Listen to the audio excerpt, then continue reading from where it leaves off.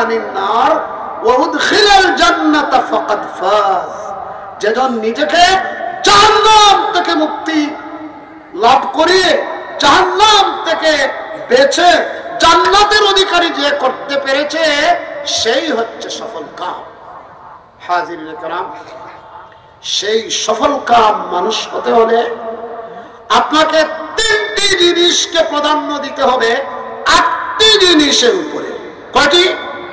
তিনটি জিনিসকে প্রাধান্য দিতে হবে, অগ্রাধিকার দিতে হবে 8টি বস্তুর উপরে। যদি তাই হয় তাহলে আপনি সফল কাম মানুষ হিসাবে নিজেকে পরিচিত করতে পারবেন এবং আপনি নিজেকে জাহান্নাম থেকে মুক্তি দিয়ে জান্নাতে যাবার উপযোগী হিসাবে নিজেকে গড়ে তুলতে পারবেন।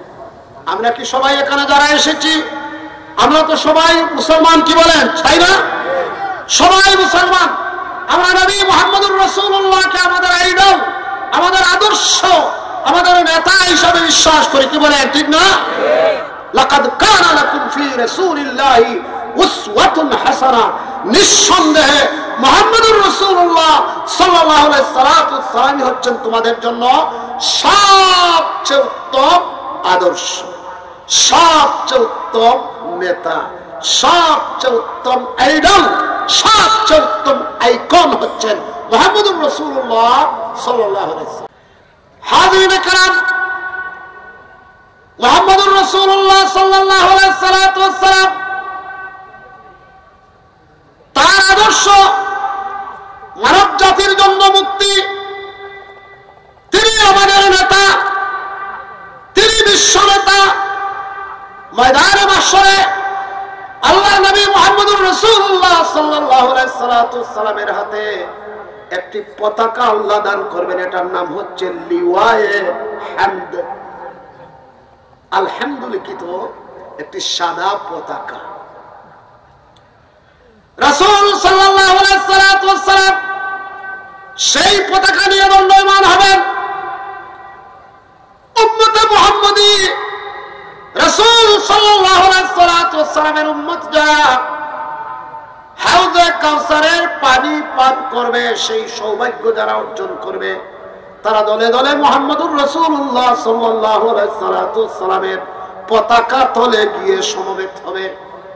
এটার নাম হচ্ছে লিওয়ায়ে হামদ। লিওয়া লাম ওয়া আলিফ হামজা। লিওয়া অর্থ পতাকা, হামদ মানে প্রশংসা সূচক রাসূল পাক সাল্লাল্লাহু আলাইহি ওয়াসাল্লামের পতাকা।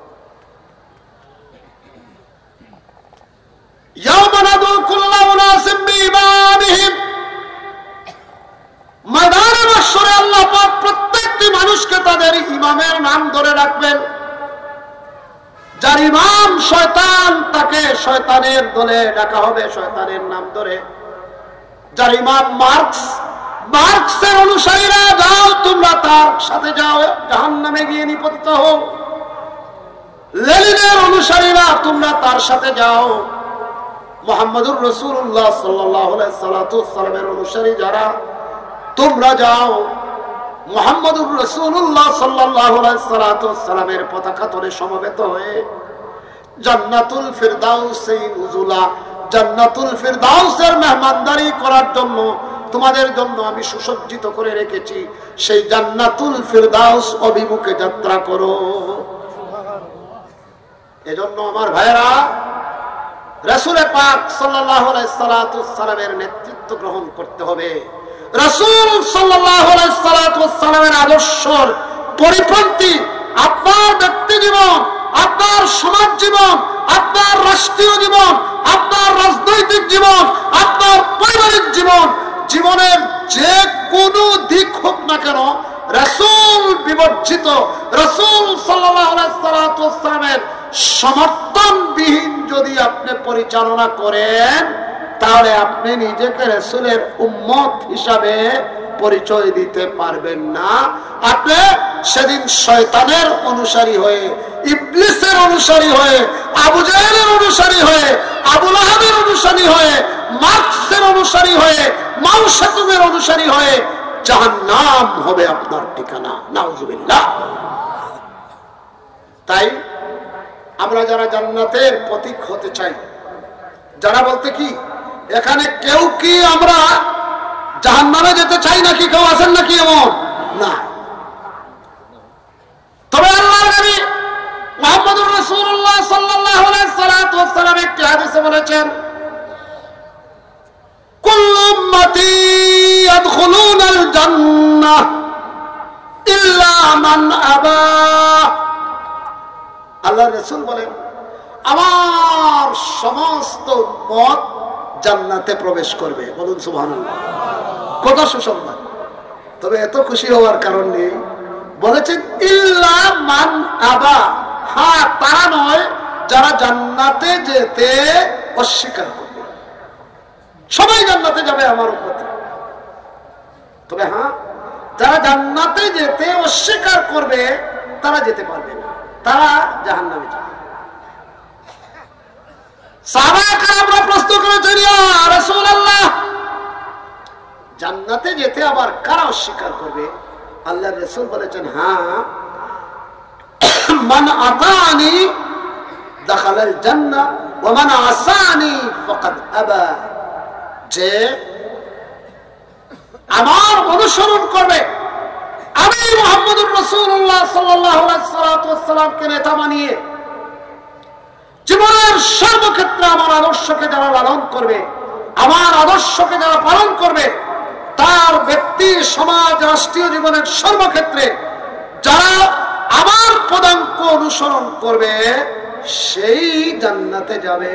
আর যে আমার পদাঙ্ক অনুসরণ করবে না, সে যেন আমাকে মানতে সে অস্বীকার করলো, আর আমাকে মানতে যে অস্বীকার করলো সে জাহান্নামে যাবে। এখন যদি আমরা আপনাদেরকে বলি যে লিল্লাহি তাকবীর অথবা নারে তাকবীর, তখন আপনারা কি বলবেন? তারপর বলুন দেখি, নারে তাকবীর, আল্লাহু আকবার। আল্লাহু আকবার কি? আল্লাহ সর্বশ্রেষ্ঠ। এটা হচ্ছে মুসলমানদের কি জাতীয়, বলুন কি মুসলমানদের জাতীয় স্লোগান। জন্মের পরে যে ছোট্ট শিশু পৃথিবীতে এসেছে, ছেলে হোক মেয়ে হোক, তার ডান কানে সর্বপ্রথম যে শব্দ আপনি উচ্চারণ করেছেন সেটা কি? আল্লাহু আকবার। আযান দিয়েছেন কি? আল্লাহু আকবার, সুবহানাল্লাহ। তার বাম কানে ইকামত দিয়েছেন, আল্লাহু আকবার উচ্চারণ করেছেন। অতঃপর যখন তাকে মৃত্যুর পরে জানাজার নামাজ আদায় করবেন, তখন সর্বশেষ তাকে আল্লাহু আকবার ধ্বনির মাধ্যমে তাকে বিদায় দিয়েছেন, তাই না?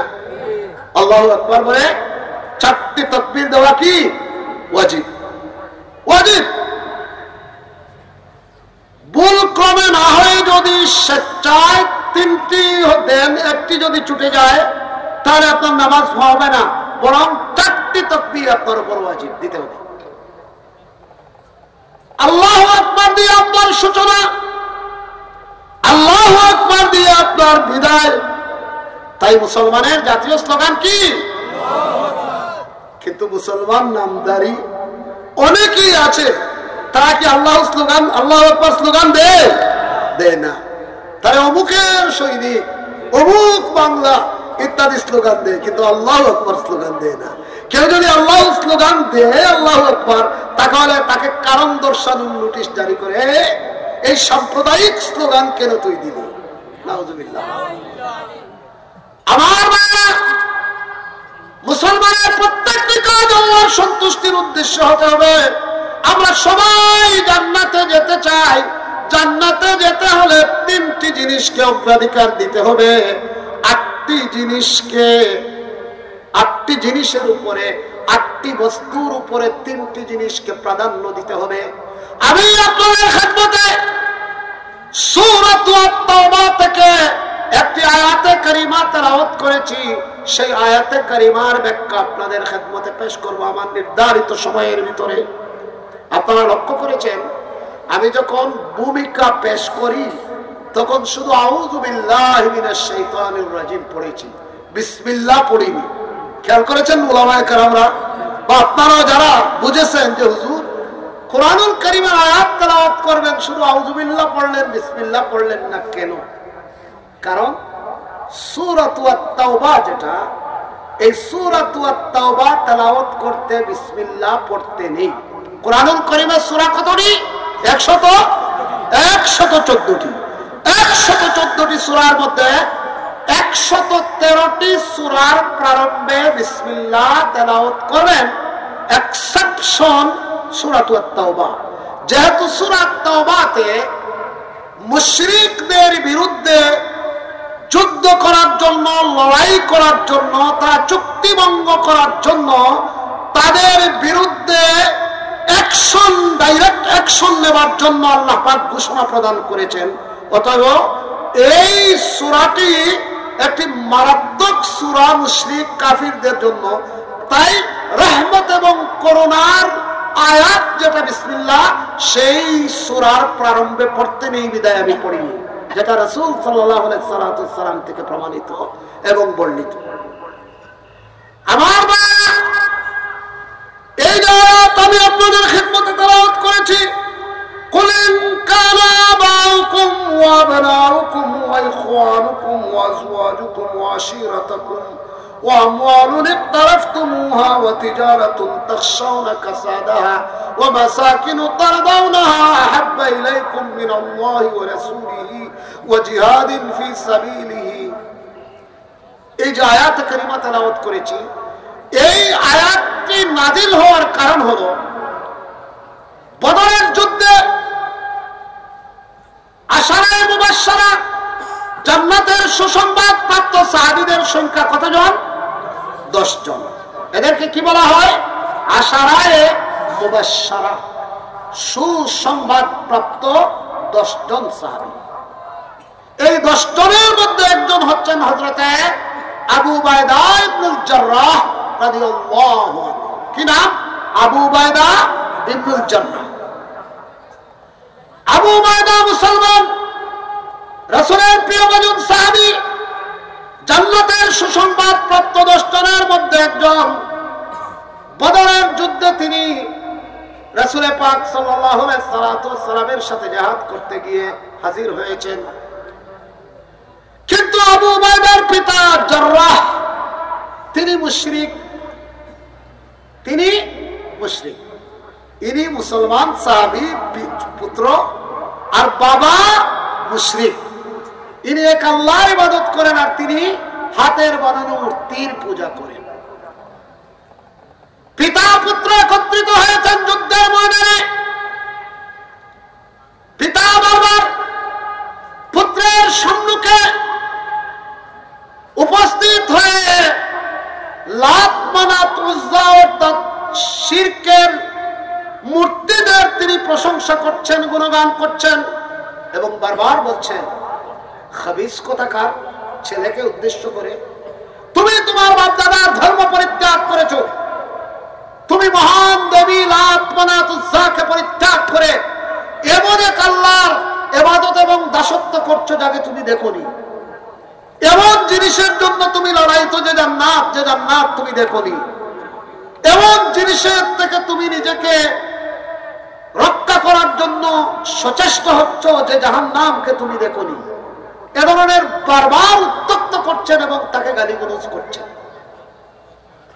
সন্তান পিতাকে এড়িয়ে যাচ্ছে,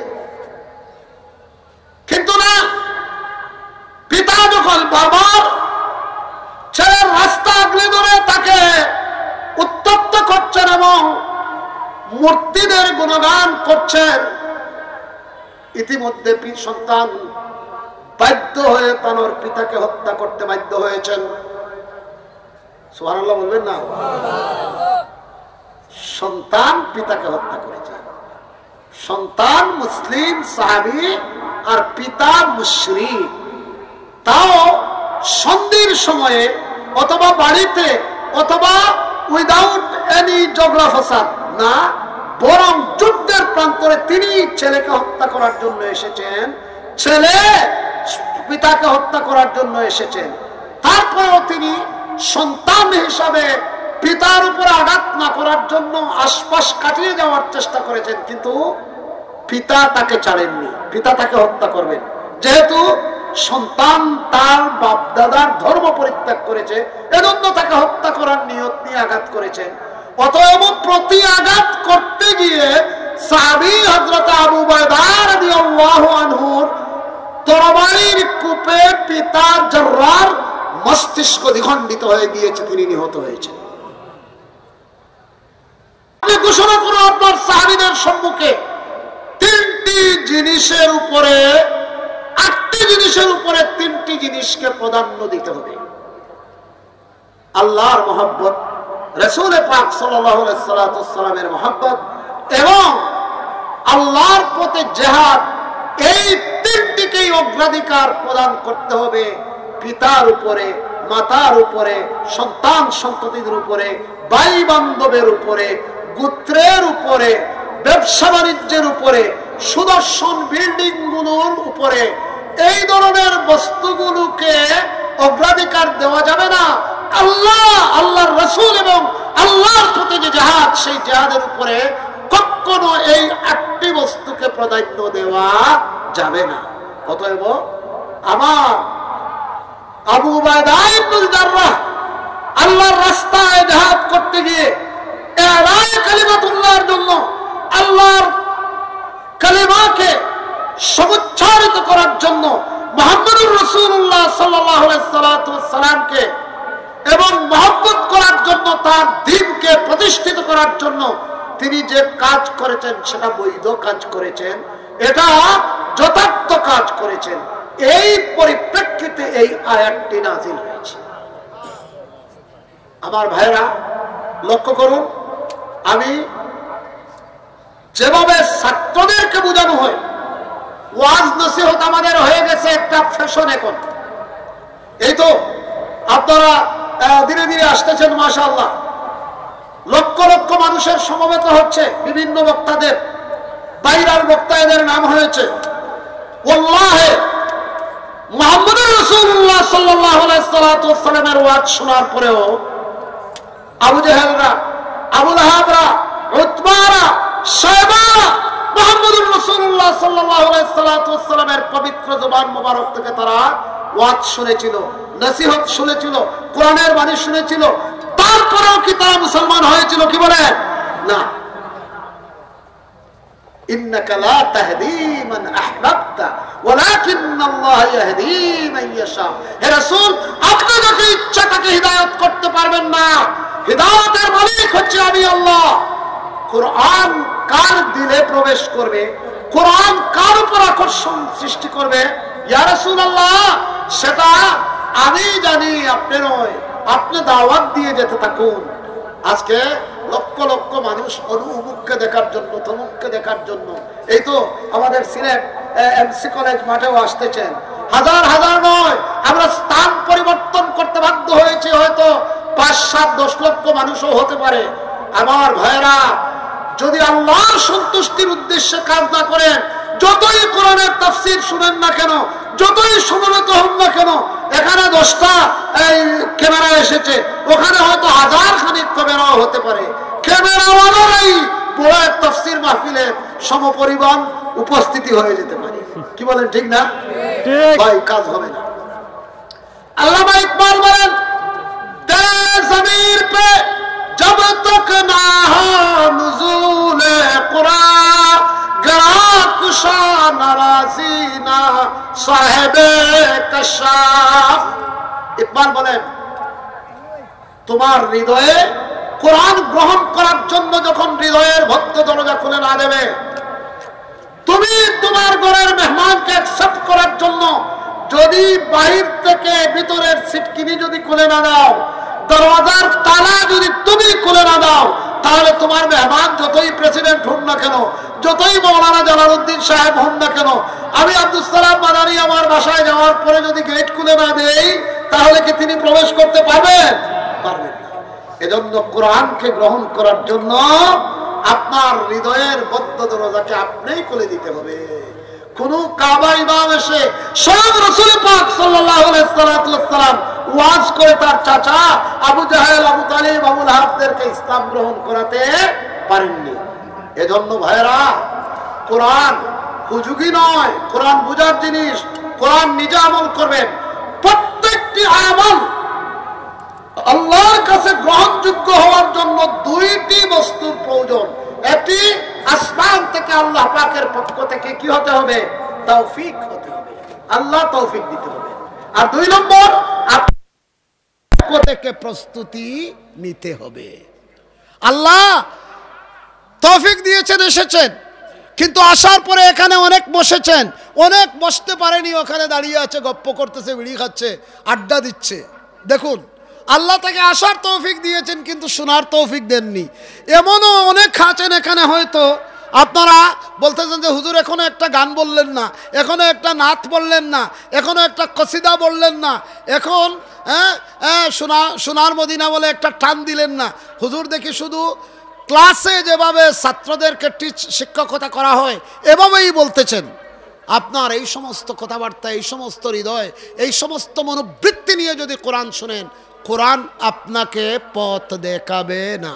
আল্লামা ইকবাল বলেন, হে ভাই, যতক্ষণ পর্যন্ত তোমার হৃদয়ের মধ্য কপাট কোরআনের জন্য তুমি উন্মুক্ত করে না দেবে, ততক্ষণ পর্যন্ত যদি আল্লামা ফখরুদ্দিন রাজি রহমতুল্লাহি আলাইহি অথবা ইমাম জালালউদ্দিন সুয়ুতি রহমতুল্লাহি আলাইহি অথবা ইমাম গজ্জালি রহমতুল্লাহি আলাইহি যদি ওয়াজ করেন, তাফসীর করেন, কাজ হবে না। মেহমান যতই বড় হোক না কেন, আপনি আপনার ঘরের দরওয়াজা খুলে দিতে হবে, গেট খুলে দিতে হবে। এজন্য ভাইরা, তিনটি বস্তুকে প্রাধান্য দিতে হবে 8টি বস্তুর উপরে। দেখুন আল্লাহ কি বলেন, কুল ইন কানা আবাউকুম, হে রাসূল আপনি ঘোষণা করুন, তোমরা যদি তোমাদের পিতাদেরকে, ওয়া আবনাউকুম, তোমরা যদি তোমাদের সন্তান সন্ততিদেরকে, ওয়া ইখওয়ানুকুম, তোমরা যদি তোমাদের ভাই বেরাদরকে, ওয়া আজওয়াজুকুম, তোমরা যদি তোমাদের স্ত্রী অথবা স্বামীদেরকে, ওয়া আশিরাতাকুম, তোমরা যদি তোমাদের গোষ্ঠী, তোমাদের গোত্র, তোমাদের বংশধরদেরকে, ওয়া আমওয়ালুন ইকতারাফতুমুহা, এবং সেই সমস্ত সম্পদ যেগুলো তোমরা কামাই করেছ, ব্যবসা বাণিজ্য করে, লন্ডন সৌদি আরব গিয়ে জমি বিক্রি করে, বিভিন্ন ধরনের ছলচাতুরি করে যে সমস্ত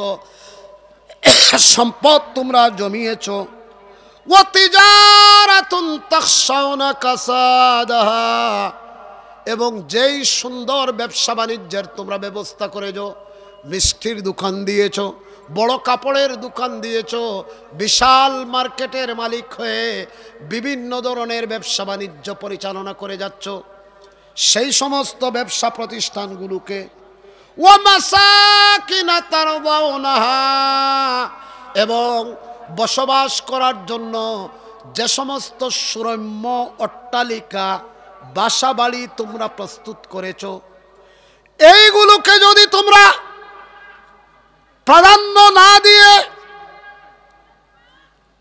আল্লাহকে এবং তার রাসূলকে এবং আল্লাহর রাস্তায় জিহাদ ফি সাবিলিল্লাহ, এই তিনটি জিনিসকে যতক্ষণ পর্যন্ত প্রাধান্য না করে দিয়েছ, তখন আল্লাহ বলেন, ফাতারাব্বাসু হাত্তা ইয়াতি আল্লাহু বিআমরিহি, হে মানুষ, যদি এই তিনটি জিনিসকে বাকি 8টি জিনিসের উপর প্রাধান্য না দেও, তাহলে ফাতারাব্বাসু, অপেক্ষা করো, হাত্তা ইয়াতি আল্লাহু বিআমরিহি, যতক্ষণ পর্যন্ত না আল্লাহ পাকের পক্ষ থেকে তার আমার, তার আযাব, তার শেষ বিচারের দিন না আসে যায়, ততদিন পর্যন্ত অপেক্ষা করো। এই আয়াত থেকে আমরা বুঝলাম আল্লাহ রাব্বুল ইজ্জতের আদেশ এবং নিষেধকে সব কিছুর উপরে প্রাধান্য দিতে হবে। মুহাম্মদুর রাসূলুল্লাহ সাল্লাল্লাহু আলাইহি সাল্লামের আদেশ নিষেধ এবং জীবন বিধানকে সব কিছুর উপরে প্রাধান্য দিতে হবে, এবং আল্লাহর রাস্তায় জিহাদ, জিহাদ অর্থ কি? প্রচেষ্টা করা, কোশিশ করা, জুহুদুন, জিমহাদাল জুহুদুন মানে প্রাণান্তকর প্রচেষ্টা চালানো। আল্লাহর জমিনে আল্লাহর দিন কায়েম করার জন্য প্রাণান্তকর চেষ্টা করতে হবে। এই তিনটি জিনিসকে প্রাধান্য দিতে হবে। কি? তোমার পিতার চেয়ে, তোমার সন্তান সন্ততির চেয়ে। তোমার সন্তান তোমাকে বাধা দিচ্ছে, বাবা একামতে দিনের আন্দোলন করো না। তোমার পিতা তোমাকে বাধা দিচ্ছে, বাবা ওই পথে যেও না, সেখানে জেল, জুলুম, অত্যাচার, ফাঁসি। তোমার স্ত্রী তোমাকে হাত ধরে রাখতেছে, যেও না, মিছিলে যেও না, স্বৈরাচার তোমাকে গুলি করবে। তোমার গোত্রের মানুষ তোমাকে বাধা দিচ্ছে, না তুমি যদি ওই দল করো তাহলে তোমাকে আমরা বয়কট করব। না, ওদেরকে তুমি প্রাধান্য দিতে পারবে না। আল্লাহ, আল্লাহর রাসূল এবং জিহাদ ফি সাবিলিল্লাহ, এই তিনটি জিনিসকে সর্বক্ষেত্রে প্রাধান্য দিতে হবে মুসলমান। যদি তাই না হয়, আমরা অনেকে ব্যবসা বাণিজ্যের কারণে, এই তো ধন্যবাদ আমাদের ক্ষুদ্র ব্যবসায়ী, মৎস্য ব্যবসায়ী ক্ষুদ্র সমিতির ভাইদেরকে, আলহামদুলিল্লাহ তারা বিপুল পয়সা খরচ করে বাহির থেকে মেহমান নিয়ে এসে সুন্দর একটি অনুষ্ঠানের আয়োজন তারা করেছেন। তারা চাইলে এখানে গানের মাহফিল করতে পারত, তারা একটা কনসার্টের ব্যবস্থা করত, তারা এখানে খেলার ব্যবস্থা করতে পারত, কিন্তু তারা না করে কোরআনের মোবারক মাহফিল তারা সাজিয়েছে। এজন্য তাদেরকে অন্তরের অন্তঃস্থল থেকে মোবারকবাদ। কি বলেন, ঠিক না? তারা ধন্যবাদ পাওয়ার যোগ্য না? আল্লাহু আকবার, তারা ধন্যবাদ পাওয়ার যোগ্য। এই তো আগামীকাল আলহামদুলিল্লাহ, এবার পরবর্তীত প্রেক্ষাপটে আশা করি অতীতে ব্রাহ্মণ্যবাদী যে সংস্কৃতি, যে কুফরি সংস্কৃতি, তথাকথিত 31st নাইট, ডিসেম্বরের 31 তারিখ নববর্ষ উদযাপন করতে গিয়ে রং ছিটানো, ভয় হুল্লোড় করা, বেহায়াপনা বেপাল্লা ঘনাপনা করা, এগুলো মুসলমানদের কোনো সংস্কৃতি নয়। কি বলেন? এগুলো মুসলমানদের কোনো সংস্কৃতি নয়, এগুলো বিজাতীয় সংস্কৃতি। ইনশাআল্লাহ আমরা এগুলো বর্জন করব। আমরা মুসলমান হয়ে লা তামুতুন্না ওয়ালা তামুতুন্না ইল্লা ওয়া আনতুম মুসলিমুন, মুসলমান না হয়ে মৃত্যুবরণ করো না। আমরা জীবনে মরণে আমার বেঁচে থাকা, ইন্না সালাতি ওয়া নুসুকি ওয়া মাহইয়ায়া ওয়া মামাতি লিল্লাহি রাব্বিল আলামিন, আমার বেঁচে থাকা, আমার মরে যাওয়া, আমার নামাজ, আমার কুরবানি, আমার রাজনীতি, আমার সমাজনীতি, আমার সালিশ ব্যক্তিত্ব, আমার ব্যবসা বাণিজ্য, আমার সব কিছু হবে কিসের জন্য? একমাত্র আল্লাহর সন্তুষ্টির জন্য। সুবহানাল্লাহ, আরো জোরে বলুন সুবহানাল্লাহ। ভাইরা, মৃত্যুর জন্য সব সময় প্রস্তুত থাকতে হবে। মৃত্যু বলে কয়ে আসবে না, সব সময় মৃত্যুর জন্য প্রস্তুত থাকতে হবে। হালাল খেতে হবে। হারাম পেটে ভক্ষণ করে মসজিদে গিয়ে যদি সজিদা করেন, কাবায় গিয়ে যদি হজ করেন, তবলিগে গিয়ে যদি এই চিল্লা দেন, কাজ হবে? হবে না। আল্লাহর রাসূল বলেন, ইবাদত কবুল হওয়ার জন্য প্রথম শর্ত হলো হালাল গিজা, হালাল খেতে হবে। ব্যবসায়ীরা, ধন্যবাদ আপনাদেরকে, খবরদার, আল্লাহর রাসূল বলেছেন রিজকের 90 ভাগ আল্লাহ ব্যবসা বাণিজ্যের মধ্যে নির্ধারণ করে রেখেছেন, আর 10 ভাগ চাকরি বাকরি ইত্যাদির মধ্যে নির্ধারণ করে রেখেছেন। ব্যবসা বাণিজ্যের মধ্যে 90 ভাগ। আর তাজিরুস সাদুকুল আমিন মা সিদ্দিকিন ওয়ান নবিয়্যিন ওয়াশ শুহাদা। রাসূল সাল্লাল্লাহু আলাইহি সাল্লাম ব্যবসায়ী ছিলেন। রাসূল ছোট্ট ব্যবসায়ী ছিলেন না, রাসূল সাল্লাল্লাহু আলাইহি সাল্লাম ইন্টারন্যাশনাল ব্যবসায়ী ছিলেন, আন্তর্জাতিক ব্যবসা পরিচালনা করতেন। মক্কা শরীফ থেকে রিহলাতাশ শিতাই ওয়াস সাইফ, সিরিয়া, শাম, ফিলিস্তিন, বর্তমানের লিবানন, সেই সমস্ত দেশের সাথে তিনি ব্যবসা বাণিজ্য পরিচালনা করতেন। সুবহানাল্লাহ। রাসূল সাল্লাল্লাহু আলাইহি সাল্লাম ব্যবসায়ী ছিলেন। নবুয়তের পূর্বে 25 বছর বয়সের আগে হযরতে খাদিজাতুল কুবরা রাদিয়াল্লাহু আনহার বিশাল এক্সপোর্ট ইম্পোর্ট ব্যবসার ম্যানেজার তিনি ছিলেন। ছিলেন না? ম্যানেজার ছিলেন। ম্যানেজার সাহেব হিসাবে ব্যবসা পরিচালনা করার জন্য শাম দেশে যেতেন আসতেন এবং প্রচুর লাভ তিনি করেছেন। নবুয়ত প্রাপ্তির পরে খাদিজা রাদিয়াল্লাহু আনহাকে বিবাহ করার পরে নবুয়ত প্রাপ্তির পূর্ব পর্যন্ত রাসূল পাক সাল্লাল্লাহু আলাইহি সাল্লাতু ওয়াসসালাম মক্কার অন্যতম ধনী ব্যক্তি ছিলেন। বলুন সুবহানাল্লাহ। ধনী ব্যক্তি, স্ত্রীর সমস্ত সম্পদ আল্লাহর নবী মুহাম্মদুর রাসূলুল্লাহর করকমলে এনে উপস্থিত করে বলেছেন, ইয়া রাসূলুল্লাহ, আমি যেহেতু আপনার, অথবা আমার বলতে আর কোনো কিছু নেই, ইয়া রাসূলুল্লাহ, আমার সমস্ত সম্পদ আপনার মর্জির কাছে, আপনার ইচ্ছার কাছে আমি সমর্পণ করলাম। দেখুন কি পুণ্যবতী নারী। একটা ব্যাপার না বলে হচ্ছে না। দেখুন রাসূল সাল্লাল্লাহু আলাইহি সাল্লাতু ওয়াসসালাম ধনী ছিলেন। 40 বৎসর বয়সে তিনি নবী হলেন। 53 বৎসর বয়সে নবী প্লাস রাষ্ট্রপ্রধান হলেন। রাসূল সাল্লাল্লাহু আলাইহি সাল্লাতু ওয়াসসালাম মক্কায় থাকা অবস্থায় রাষ্ট্রপ্রধান ছিলেন না, শুধু নবী ছিলেন। মদিনায় হিজরত করে যাবার পরে রাসূল তো রাসূল রইলেন, সাথে সাথে তিনি মদিনার ইসলামী রাষ্ট্রের কি হলেন? রাষ্ট্রপ্রধান হলেন। সুবহানাল্লাহ বলবেন না? নাকি হুজুর সাল্লাল্লাহু আলাইহি সাল্লাতু ওয়াসসালাম মদিনায় যাওয়ার পরে শুধু তসবিহ পড়েছেন, শুধু জিকির আজকার করেছেন, শুধু আল্লাহ আল্লাহ করেছেন, ওয়াজ করেছেন? না, তিনি জিহাদ করেছেন, তিনি যাকাত আদায় করেছেন, তিনি অর্থনীতি পরিচালনা করেছেন, তিনি 27টির মতো জিহাদে নিজে কমান্ডার ইন চিফ হয়ে নিজে জিহাদ পরিচালনা করেছেন। সুবহানাল্লাহ। রাসূল সাল্লাল্লাহু আলাইহি সাল্লাতু ওয়াসসালাম মদিনায় হিজরত করে যাওয়ার পরে তিনি রাসূল প্লাস রাষ্ট্রপ্রধান। রাষ্ট্রপ্রধান হলে তার বেতন তো বাড়ার কথা, তার সম্পদ বাড়ার কথা, কি বলেন ঠিক না?